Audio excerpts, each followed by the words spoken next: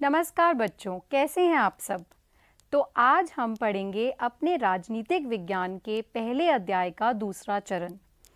पिछली बार आपने श्रीलंका की केस स्टडी से समझ लिया होगा कि किसी भी लोकतांत्रिक देश में सत्ता की साझेदारी क्यों ज़रूरी है और यदि वे ऐसा न करें तो उसके अनेकों दुष्परिणाम हो सकते हैं।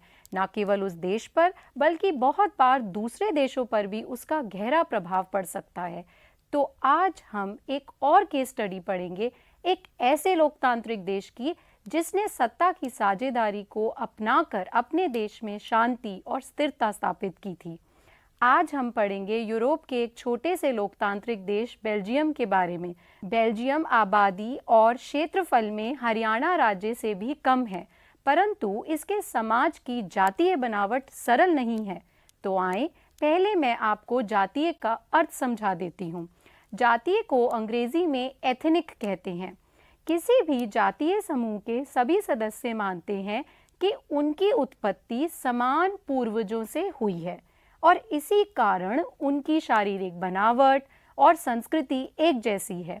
यहाँ पर आप ध्यान दें कि यह ज़रूरी नहीं है कि ऐसे समूह के सदस्य किसी एक धर्म के मानने वाले हों या उनकी राष्ट्रीयता एक हो। जैसे आपने पढ़ा कि तमिल्स हिंदू और मुस्लिम्स दोनों हैं और कुछ भारतीय और कुछ श्रीलंकाई हैं।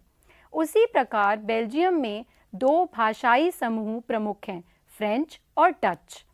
तो आइए हम फ्रेंच और डच के संबंधों का इतिहास जानते हैं। सन 1830 में बेल्जियम की स्वतंत्रता के बाद फ्रांसीसी और डच के वक्ताओं के बीच विरोध बढ़ गया, क्योंकि तब दक्षिणी नीदरलैंड के निवासियों ने नीदरलैंड के उत्तरी प्रांतों के नए न्यायिक के खिलाफ विद्रोह किया। अंततः बेल्जियम का राज्य दोनों फ्रांसीसी भाषी और डच भाषी लोगों के प्रांतों से बना। फ्रांस और नीदरलैंड के बीच में एक बफर राज्य के रूप में बेल्जियम ने स्वतंत्रता प्राप्त की। फ्रेंच एकमात्र आधिकारिक भाषा बन गई। डच वक्ताओं ने 19वीं शताब्दी के उत्तरार्ध में समान अधिकारों की मांग की, लेकिन इन्हें केवल 20वीं शताब्दी में धीरे धीरे पेश किया गया। जबकि डाक टिकटों 1893 में द्विभाषी बन गया, यह 1967 तक नहीं था कि संविधान के एक आधिकारिक डच संस्करण को स्वीकार कर लिया गया हो। आज़ादी के बाद से सामाजिक आर्थिक असंतुलन ने दोनों समुदायों के बीच असंतोष को शह दी है। 1960 के दशक के बाद से देश के भाषाई विभाजन के आधार पर अलग क्षेत्रों का निर्माण किया गया है, जिसे हम वेलोनिया और फ्लेमिश के नाम से जानते हैं। बच्चों, आप अपनी स्क्रीन पर बेल्जियम का नक्शा देख सकते हैं, जहां पीले रंग का छायांकित क्षेत्र फ्लेमिश क्षेत्र दिखा रहा है, जहां पर 59% लोग डच भाषा बोलते हैं। शेष 40% लोग वेलोनिया क्षेत्र में रहते हैं और फ्रेंच बोलते हैं, और बाकी बचे हुए लोग 1% लोग जर्मन भाषा बोलते हैं। इसी मैप पर आप संतरी रंग का छायांकित क्षेत्र देख सकते हैं। यह बेल्जियम की राजधानी ब्रुसेल्स है। और अब आप ज़रा ध्यान से सुनेंगे, क्योंकि ब्रुसेल्स में परिस्थिति बिल्कुल विपरीत है। ब्रुसेल्स में फ्रेंच समुदाय बहुसंख्या में है, यानी 80% है, और डच केवल 20% हैं। 1950 और 60 के दशक में फ्रेंच और डच बोलने वाले समूहों के बीच तनाव बढ़ने लगा। इसके पीछे ऐतिहासिक कारण क्या है वो मैं आपको बता चुकी हूँ। फ्रेंच, जो कि पूरे देश में अल्पसंख्या में थे, तुलनात्मक रूप में ज़्यादा समृद्ध और ताकतवर रहे हैं। बहुत बाद में जाकर आर्थिक विकास और शिक्षा का लाभ पाने वाले डच भाषी लोगों को इस स्थिति से नाराज़गी थी। अब मैं आपको एक निमोनिक तकनीक सिखाना चाहूँगी, जिससे आपको डच और फ्रेंच की जनसंख्या की संरचना समझ आ जाएगी।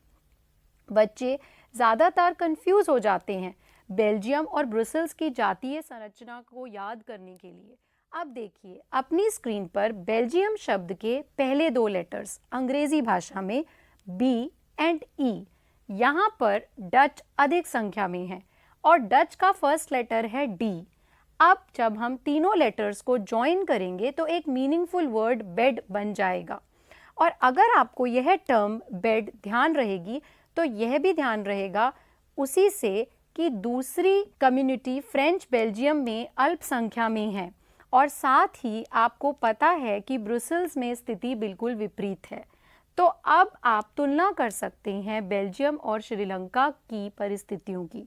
दोनों देश लोकतांत्रिक हैं, दोनों के जातीय समुदायों में तनाव, लेकिन अंतर क्या है? दोनों की सरकारों के रवैये को लेकर। जहां एक और श्रीलंका ने बहुसंख्यकवाद अपनाया और सत्ता की साझेदारी को नहीं अपनाया, तो उसके अनेकों दुष्परिणाम हुए। वहीं दूसरी ओर बेल्जियम ने एक अनोखा मॉडल तैयार किया सत्ता की साझेदारी का। उन्होंने ऐसा करने के लिए अपने संविधान में 4 बार संशोधन किया।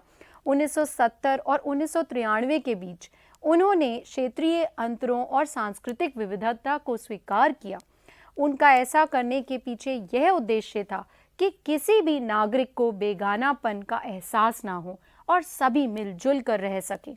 और यह एक बहुत ही कल्पनाशील व्यवस्था है। आप बच्चों इस माइंड मैप में देख सकते हैं इस मॉडल की मुख्य विशेषताएं।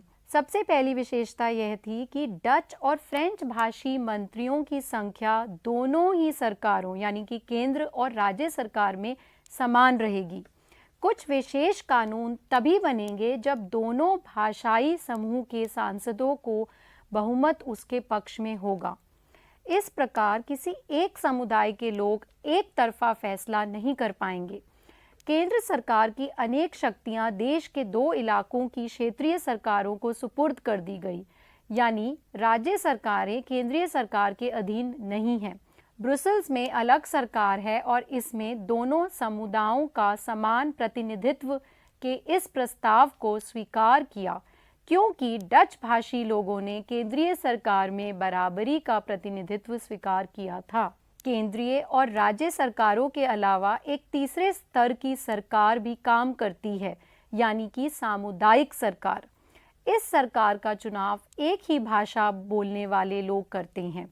डच, फ्रेंच और जर्मन बोलने वाले समुदायों के लोग, चाहे वो जहां भी रहते हों, इस सामुदायिक सरकार को चुनते हैं। इस सरकार को संस्कृति, शिक्षा और भाषा जैसे मसलों पर फैसले लेने का अधिकार है। इसको थोड़ा विस्तार से समझो। यदि कोई फ्रेंच बोलने वाला नागरिक है तो वो अपने फ्रेंच उम्मीदवारों से अपनी सरकार चुनेगा और इसी प्रकार से डच और जर्मन बोलने वाले अपनी अपनी सरकार अपने अपने समुदायों से चुनेंगे। तो इस तरह से एक बेल्जियम के नागरिक की देखभाल के लिए और उसकी समस्याओं का समाधान निकालने के लिए तीन सरकारें हैं जो पूरे देश के विकास के लिए काम करती हैं। एक सरकार वह जो पूरे देश के विकास के लिए काम करती है और जब वो ऐसा करती है तो उसमें हर एक नागरिक का विकास भी हो जाएगा, क्योंकि पूरे देश में वह नागरिक भी रहता है। दूसरी सरकार अपने अपने राज्य के विकास के लिए काम करती है और तीसरी जो प्रत्येक भाषाई समूहों का ध्यान रखती है। और इस तरह से वहाँ के नागरिकों को यह तसल्ली है कि हमारे विकास के लिए एक नहीं बल्कि तीन सरकारें हैं। तो आपने देखा कि सत्ता की साझेदारी करने से किस प्रकार बेल्जियम सरकार ने अपने देश की इतनी बड़ी समस्या का समाधान निकाला। बेल्जियम में पावर शेयरिंग व्यवस्था ने 2 प्रमुख समुदाय फ्रेंच बोलने और डच बोलने के बीच नागरिक संघर्ष से बचने में मदद की और भाषाई आधार पर देश विभाजन का एक संभावित विभाजन टल गया। बेल्जियम मॉडल ने तीसरी तरह की सरकार यानी सामुदायिक सरकार की एक नई अवधारणा पेश की। यह सरकार एक भाषा समुदाय से संबंधित लोगों द्वारा चुनी जाती है। ब्रसेल्स को यूरोपीय संघ के लिए मुख्यालय के रूप में चुना गया था, क्योंकि वह बिना किसी संघर्ष के विविध जातीय आबादी के प्रबंधन में एक रोल मॉडल बन गया था।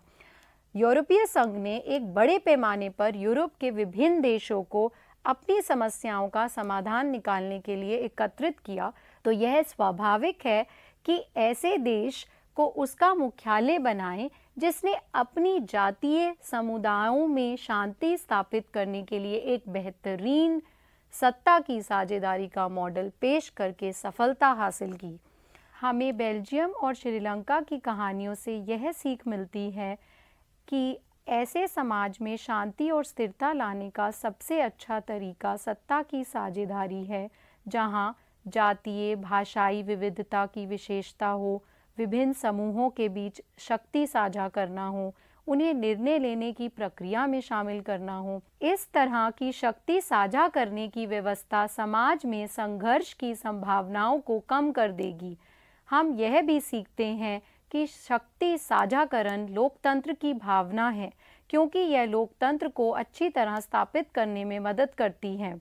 सत्ता के बंटवारे से अल्पसंख्यकों को प्रतिनिधित्व और राजनीतिक आवाज़ भी मिलती है और बहुसंख्यक समुदाय के वर्चस्व और प्रभुत्व स्थापित करने के लिए प्रमुखतावाद नीति को लागू करने से रोका जाता है, जैसे श्रीलंका के मामले में, जहां तमिल अल्पसंख्यकों का हित पूरी तरह से अस्वीकृत था, जिसके परिणाम स्वरूप श्रीलंका में गृह युद्ध में हजारों लोग मारे गए थे। सबसे महत्वपूर्ण बात यह है कि हम जानते हैं कि विभिन्न हितों को समायोजित करके समाज में न्याय, निष्पक्षता, समानता को सुनिश्चित किया जाता है। सत्ता के बंटवारे के क्षैतिज रूप को समझने से पहले आइए समझें कि अविभाजित राजनीतिक सत्ता के विरोध में सत्ता के बंटवारे का विचार उभरा है। लंबे समय तक यह माना जाता था कि सरकार की सारी शक्ति एक ही स्थान पर स्थित व्यक्तियों के एक व्यक्ति या समूह के में निवास करनी चाहिए।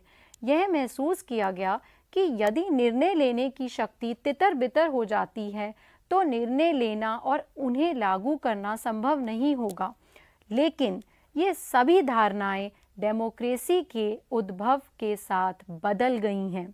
लोकतंत्र का एक मूल सिद्धांत यह है कि लोग सभी राजनीतिक शक्ति का स्रोत हैं।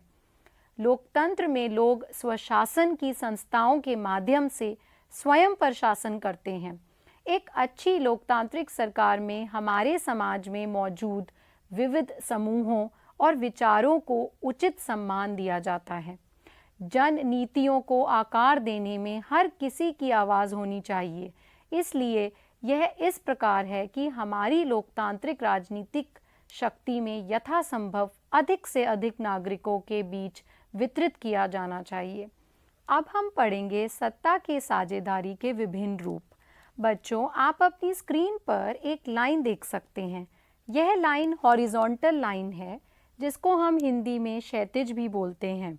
आप देख सकते हैं कि इस पर जो भी पॉइंट्स हैं उनकी स्थिति बराबर है। उसी प्रकार जब हम इस मॉडल को सत्ता की साझेदारी के रूप में देखते हैं तो उसका यह अर्थ है कि यदि ऐसे काम को बांटा जाए तो कोई भी व्यक्ति दूसरे से ओहदे में बड़ा या छोटा नहीं कहलाएगा। कोई किसी को आदेश या निर्देश नहीं देगा और सभी एक दूसरे पर नज़र रखेंगे। उदाहरण के लिए मैं आपको आप ही के जीवन से समझाती हूँ। कल्पना कीजिए कि मैंने आपको सामाजिक विज्ञान के किसी विषय पर प्रोजेक्ट बनाने के लिए ग्रुप में बांट दिया है और आप सभी का काम इस प्रकार बांटा है कि पहले स्टूडेंट को इंट्रोडक्शन की तैयारी के लिए कहा है, दूसरे को इंफॉर्मेशन पर रिसर्च करने के लिए कहा है और तीसरा जो है वो सर्वे के फॉर्म्स फिल करवाएगा, चौथा उसको सुंदरता से किस प्रकार प्रोजेक्ट फाइल में संगठित करना है वह करेगा और पांचवा उसका मूल्यांकन करेगा। ध्यान देने वाली बात यह है कि कौन बच्चा दूसरे बच्चे पर अपनी शर्तें तय करेगा? कोई भी नहीं, क्योंकि कोई भी छात्र दूसरे छात्र को किसी भी तरह से इंस्ट्रक्शन नहीं दे सकता, लेकिन सभी एक दूसरे पर अंकुश रखने की कोशिश ज़रूर कर सकते हैं। सभी एक बराबर हैं। तो हम स्कूल से एक और उदाहरण ले सकते हैं। कक्षा 12वीं के छात्रों के लिए विदाई समारोह का आयोजन किया जाना है और ऐसा करने के लिए कक्षा 12वीं के शिक्षकों को कार्यक्रम के पूरे प्लानिंग की देखभाल के लिए विभिन्न समूहों में बांटा गया है। कक्षा 12वीं की विदाई की प्लानिंग में शामिल सभी शिक्षक केवल कक्षा 12वीं ही पढ़ा रहे हैं। इसका मतलब है कि ये सभी शिक्षक एक ही स्थिति में हैं। जहाँ तक उनके रैंकों का संबंध है, कोई भी शिक्षक वरिष्ठ या कनिष्ठ नहीं है। क्योंकि सभी बराबर हैं, इसलिए यह भी सत्ता के बंटवारे का एक क्षैतिज रूप है। अब हम सत्ता के बंटवारे के क्षैतिज रूप को समझेंगे जो किसी भी लोकतांत्रिक सरकार में किया जाता है। इसके लिए सबसे अच्छा उदाहरण है विधायिका, कार्यपालिका और न्यायपालिका के बीच शक्तियों का पृथक्करण करना। आप जूनियर कक्षाओं में पहले ही पढ़ाई कर चुके हैं कि विधायिका का काम कानून बनाना है, कार्यपालिका का काम कानूनों पर अमल करना है और न्यायपालिका का काम विवादों को सुलझाना है। इस तरीके से काम को तीनों अंगों के बीच बांटा जाता है और इसे आसान तरीके से अंत में तेजी से किया जाता है। इस प्रकार की शक्ति बांटने की व्यवस्था में एक ही स्तर पर रखे गए सरकार के विभिन्न अंगों ने विभिन्न शक्तियों का प्रयोग किया है। शक्ति का ऐसा विभाजन यह सुनिश्चित करता है कि कोई भी अंग असीमित शक्ति का प्रयोग नहीं कर सकता है जिससे एक दूसरे पर नियंत्रण हो सके। यह सिद्धांत एक महान फ्रांसीसी विद्वान मॉन्टेस्क्यू द्वारा दिया गया था, जिसके बारे में आपने 9वीं कक्षा में भी पढ़ा है। चलो इसे और अधिक गहराई से समझते हैं। अगर सुप्रीम कोर्ट रिहायशी इलाकों में प्रदूषण उत्सर्जित करने वाली सभी फैक्ट्रियों को बंद करने का आदेश पारित कर दे, तो यह आपको क्या बता रहा है? यह आपको स्पष्ट रूप से बता रहा है कि न्यायपालिका किस तरह विधायिका और कार्यपालिका पर नियंत्रण रख रही हैं। विधायिका प्रदूषण को रोकने के लिए कोई उपयुक्त कानून पारित नहीं कर रही है और कार्यपालिका यह देखने में असमर्थ है कि प्रदूषण को रोकने के लिए मौजूदा कानून को लागू किया जा रहा है या नहीं। इसलिए उच्चतम न्यायालय, जो सक्रिय और सतर्क है, उसने दोनों अंगों के कामकाज पर नजर रखकर आवश्यक आदेश पारित किया है। यह नियंत्रण और संतुलन का एक उत्कृष्ट उदाहरण है। अब हम सत्ता के बंटवारे का एक और रूप समझते हैं जो कि ऊर्ध्वाधर रूप है, यानी कि vertical form of power sharing. बच्चों, आप अपनी स्क्रीन पर देख सकते हैं कि एक लाइन है जो खड़ी खींची गई है, यानी कि वर्टिकली ड्रॉ हुई है। सभी बिंदुओं को अलग अलग पदों पर रखा गया है। इसका मतलब है कि जब यह अवधारणा किसी भी संगठन पर लागू होती है तो एक व्यक्ति जो उच्च पद पर होता है उसके पास उस व्यक्ति की तुलना में अधिक शक्तियां होंगी जो निचले स्थान पर है। यह सत्ता के बंटवारे का ऊर्ध्वाधर रूप का एक अच्छा उदाहरण है। बच्चों, अब हम सत्ता के बंटवारे के ऊर्ध्वाधर रूप को एक उदाहरण से समझेंगे जो आपकी स्कूल की स्थिति से ही लिया है। जैसे आपके स्कूल में हेड गर्ल जो है वो शीर्ष स्थान पर है, उसके तहत छात्र परिषद काम करते हैं और विद्यार्थी परिषद के नीचे विभिन्न कक्षाओं के सभी मॉनिटर्स काम कर रहे हैं। तो आप यहाँ स्पष्ट रूप से देख सकते हैं कि स्कूल हेड गर्ल की शक्ति विद्यार्थी परिषद की शक्ति से अधिक है और विद्यार्थी परिषद की शक्ति कक्षा मॉनिटर्स की शक्ति से अधिक है। सत्ता के बंटवारे के इस रूप में मॉनिटर्स विद्यार्थी परिषद से निर्देश प्राप्त कर सकते हैं। इसी तरह विद्यार्थी परिषद स्कूल हेड गर्ल से निर्देश प्राप्त कर सकते हैं। इस उदाहरण में हेड गर्ल छात्र परिषद द्वारा किए गए कार्य की निगरानी कर रही है। छात्र परिषद इस बात पर नज़र रख रही है कि कैसे मॉनिटर्स स्कूल में अनुशासन बना के रख रहे हैं। हम एक और उदाहरण ले सकते हैं जहां स्कूल की प्रिंसिपल ने पैनल बोर्ड सजावट के काम को विभाग के प्रमुख और अन्य स्टाफ सदस्यों के बीच बांट दिया है। इस उदाहरण में प्राचार्य विभागाध्यक्ष के कार्य की निगरानी कर रही हैं और विभागाध्यक्ष अन्य स्टाफ सदस्यों द्वारा किए गए कार्यों पर नज़र रख रही हैं। अब देखते हैं कुछ उदाहरण जहां डेमोक्रेटिक सरकार सत्ता के बंटवारे का ऊर्ध्वाधर रूप करती है। एक प्रमुख उदाहरण यह है कि अदालतों का संगठन किस तरह से किया गया है। उच्चतम न्यायालय सर्वोच्च पद पर है, उच्चतम न्यायालय के नीचे उच्च न्यायालय है और जिला अदालतें निम्नतम स्तर पर हैं। अगर कोई व्यक्ति निचली अदालत के फैसले से संतुष्ट नहीं है तो वह उच्च स्तर पर अदालत में अपील कर सकता है। हालांकि सुप्रीम कोर्ट का फैसला अंतिम है और कोई भी इसे चुनौती नहीं दे सकता। इसी प्रकार हम एक और उदाहरण ले सकते हैं। हमारे देश में सरकार का संघीय रूप है, यानी हमारे पास 3 स्तरों पर सरकारें हैं। पहली केंद्र सरकार जो पूरे देश के हितों की देखभाल करती है। दूसरी राज्य सरकारें हैं जो किसी विशेष राज्य में रहने वाले लोगों की ज़रूरतों और मांगों का ध्यान रखती हैं। और तीसरी स्थानीय सरकार है जो ग्रामीण और शहरी दोनों क्षेत्रों में काम करती है और यह उनकी स्थानीय ज़रूरतों को भी देखती है। इस उदाहरण से यह भी स्पष्ट है कि केंद्र सरकार के अधिकार क्षेत्र का क्षेत्र राज्य सरकार और स्थानीय सरकार की तुलना में अधिक है। इतना ही नहीं, केंद्र सरकार राज्य और स्थानीय सरकारों की तुलना में बड़ा क्षेत्र प्रशासन करती है। बच्चों, अब हम सत्ता के बंटवारे का तीसरा रूप पढ़ेंगे, जो कि सत्ता के बंटवारा विभिन्न सामाजिक समूहों के बीच में किया जाता है। इस प्रकार की शक्ति का बंटवारा विविधता वाले देशों में बहुत महत्वपूर्ण है। हमने देखा कि यह ज़रूरी नहीं है कि केवल बड़े देशों में विविधता है, यहाँ तक कि बेल्जियम जैसे छोटे देश में विविधता हो सकती है।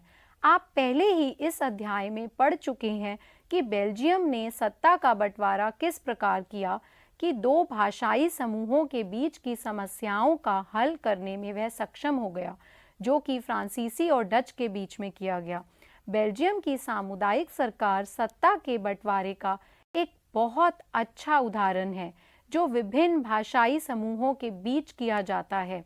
आप अपनी स्क्रीन पर दिए गए 3 उदाहरण देख सकते हैं। पहला उदाहरण बताता है कि फ्रांसीसी और डच मंत्री की संख्या केंद्र और राज्य सरकार दोनों में बराबर होगी।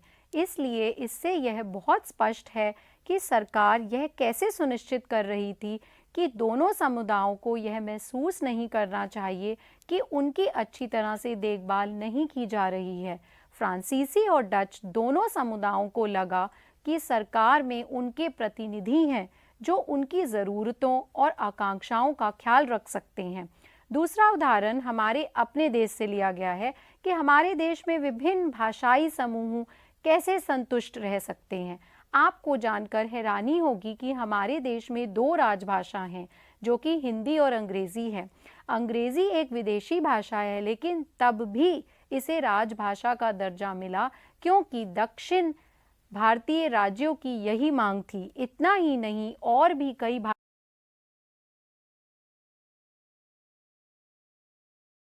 भाषाओं की अवधारणा पेश की। इसलिए भारत में 21 अनुसूचित भाषाएं हैं हिंदी के अलावा। आप अगले अध्याय में इसके बारे में पढ़ेंगे। राज्यों की भी अपनी आधिकारिक भाषाएं हैं हमारे। अब स्क्रीन पर दिए गए तीसरे उदाहरण पर चलते हैं। जैसा कि आप जानते हैं कि भारतीय संविधान धर्म की स्वतंत्रता के अधिकार की गारंटी देता है। तो इसका क्या मतलब है कि क्योंकि हमारे देश में विभिन्न धर्मों से जुड़े लोग हैं, इसलिए सरकार ने सभी धार्मिक समुदायों को हर प्रकार से समान अधिकार दिए हैं। इस तरह से किसी भी धार्मिक समुदाय को यह नहीं लगता कि किसी धर्म विशेष को कोई विशेष अधिकार दिया जा रहा है। इतना ही नहीं, हर धर्म को अपने आंतरिक मामलों को मैनेज करने की आज़ादी मिलती है। इसके अलावा किसी धर्म पर कोई टैक्स नहीं लगाया जा सकता। अब हम पढ़ेंगे अपने चौथे सत्ता के साझेदारी के रूप के बारे में, यानी कि विभिन्न राजनीतिक दलों के बीच किस प्रकार सत्ता का बंटवारा होगा। तो चलिए इसको समझते हैं। हम विभिन्न राजनीतिक दलों के बीच सत्ता के बंटवारे को 2 तरह से देख सकते हैं। एक तरीका यह है कि वे सत्ताधारी दल और विपक्षी दल के बीच सत्ता को किस तरह बांटते हैं। सत्ताधारी दल चाहे जो भी हो, विपक्षी दल उस पर नज़र रखता है और इस तरह से सरकार को अपना काम ठीक से करना पड़ता है। सरल शब्दों में कहें तो हम कह सकते हैं कि विपक्षी दल को सरकार की गलत नीतियों का विरोध करने की ताकत मिल रही है। गठबंधन सरकार को बनाते हुए राजनीतिक दल अपनी ताकत साझा करता है। अब गठबंधन सरकार क्या है? आपने 8वीं कक्षा में भी इसका अध्ययन किया है। जब किसी सत्तारूढ़ दल को स्पष्ट रूप से बहुमत नहीं मिलता है, तो जिस पार्टी को सबसे बड़ा बहुमत मिलता है, वह कुछ अन्य दलों की मदद से सरकार बनाती है। इस प्रकार गठबंधन सरकार के सभी दल अपनी शक्ति साझा करते हैं और सबसे बड़ी पार्टी यह सुनिश्चित करती है कि गठबंधन सरकार में प्रत्येक राजनीतिक दल को देश के शासन में भाग लेने की शक्ति मिले। अब हम इस बात पर चर्चा करेंगे कि विभिन्न दबाव समूहों के बीच शक्ति का बंटवारा कैसे किया जाता है। सर्वप्रथम आपको यह समझना चाहिए कि किसी भी लोकतंत्र में विभिन्न हित समूह हैं, जैसे विभिन्न व्यवसायों या विभिन्न जातियों से संबंधित हित समूह और महिलाओं के लिए भी। हित समूह को हम अंग्रेजी में इंटरेस्ट ग्रुप्स भी कहते हैं। अब क्या होता है, ये हित समूह किसी भी लोकतंत्र में चुपचाप काम करते रहते हैं और जब भी कोई ऐसी नीति आती है जो उनके समुदाय के हित के खिलाफ जा रही हो, तो फिर वे सरकार पर अपनी नीति बदलने का दबाव डालते हैं। अब हमें एक उदाहरण के माध्यम से हमारे लोकतंत्र में दबाव समूहों के कार्य को समझना चाहिए। जैसे कि कामगार हित समूह मांग करते हैं, कामगार हित यानी कि वर्कर्स की लेबर यूनियन ये मांग करती है कि कामगारों का वेतन बढ़ना चाहिए। दूसरी ओर उद्योगपति चाहते हैं कि कामगारों के काम के घंटे बढ़ जाएं। अब दोनों, इसके अलावा जैसा कि आप जानते हैं हमारे देश में लोकतंत्र है और सभी हित समूह अपनी मांगों को पूरा करने के लिए सरकार पर दबाव डालते रहते हैं। इस प्रकार जब भी हमारे देश में आवश्यकता महसूस की गई तो इन दबाव समूहों ने स्वयं को संगठित किया और कुछ उद्देश्यों के साथ आंदोलन शुरू किए। आज़ादी के बाद भी हमारे देश में कई आंदोलन हुए हैं, जैसे आपने चिपको आंदोलन के बारे में सुना होगा, जो पेड़ों को बचाने के बारे में भी सुना होगा। जब उस पर सरदार सरोवर बांध बनाया जाना था तो नर्मदा नदी को बचाने के लिए वह शुरू किया गया था। इसी प्रकार आपने लोकपाल को पारित करने के लिए अन्ना हजारे द्वारा शुरू किए गए आंदोलन के बारे में भी ज़रूर सुना होगा। तो हम ये देखते हैं कि इन सभी लोकप्रिय आंदोलनों में सरकार लोगों को अपनी मांगें व्यक्त करने और उनकी आकांक्षाओं को पूरा करने की शक्ति साझा कर रही है। यह हमें सत्ता के बंटवारे के 4 रूपों के अंत तक लाता है, जिस पर हमने इस मॉड्यूल में चर्चा की। अब हमें इस अध्याय के मुख्य बिंदुओं को याद करना चाहिए। हमने सत्ता के बंटवारे के अर्थ पर चर्चा की और सत्ता में हिस्सेदारी क्यों महत्वपूर्ण है यह भी समझा। सत्ता के बंटवारे के महत्व पर चर्चा करने के लिए हमने इसके नैतिक और विवेकपूर्ण दोनों कारणों को समझा। हमने बेल्जियम और श्रीलंका की केस स्टडी पर भी चर्चा की। बेल्जियम में सत्ता का बंटवारा किया गया और इससे फ्रांसीसी और डच 2 भाषाई समूहों के बीच तनाव को कम किया गया। दूसरी ओर श्रीलंका में एक लोकतांत्रिक देश होने के बावजूद तमिलों और सिंगली के बीच सत्ता का बंटवारा नहीं किया। नतीजन श्रीलंका में गृह युद्ध शुरू हो गया। अंत में हमने सत्ता के बंटवारे के विभिन्न रूपों पर चर्चा की, जिसमें सत्ता के बंटवारे का क्षैतिज रूप, ऊर्ध्वाधर रूप, विभिन्न सामाजिक समूहों के बीच सत्ता का बंटवारा और राजनीतिक दलों, हित समूहों और लोकप्रिय आंदोलनों के बीच सत्ता का बंटवारा के बारे में पढ़ा। तो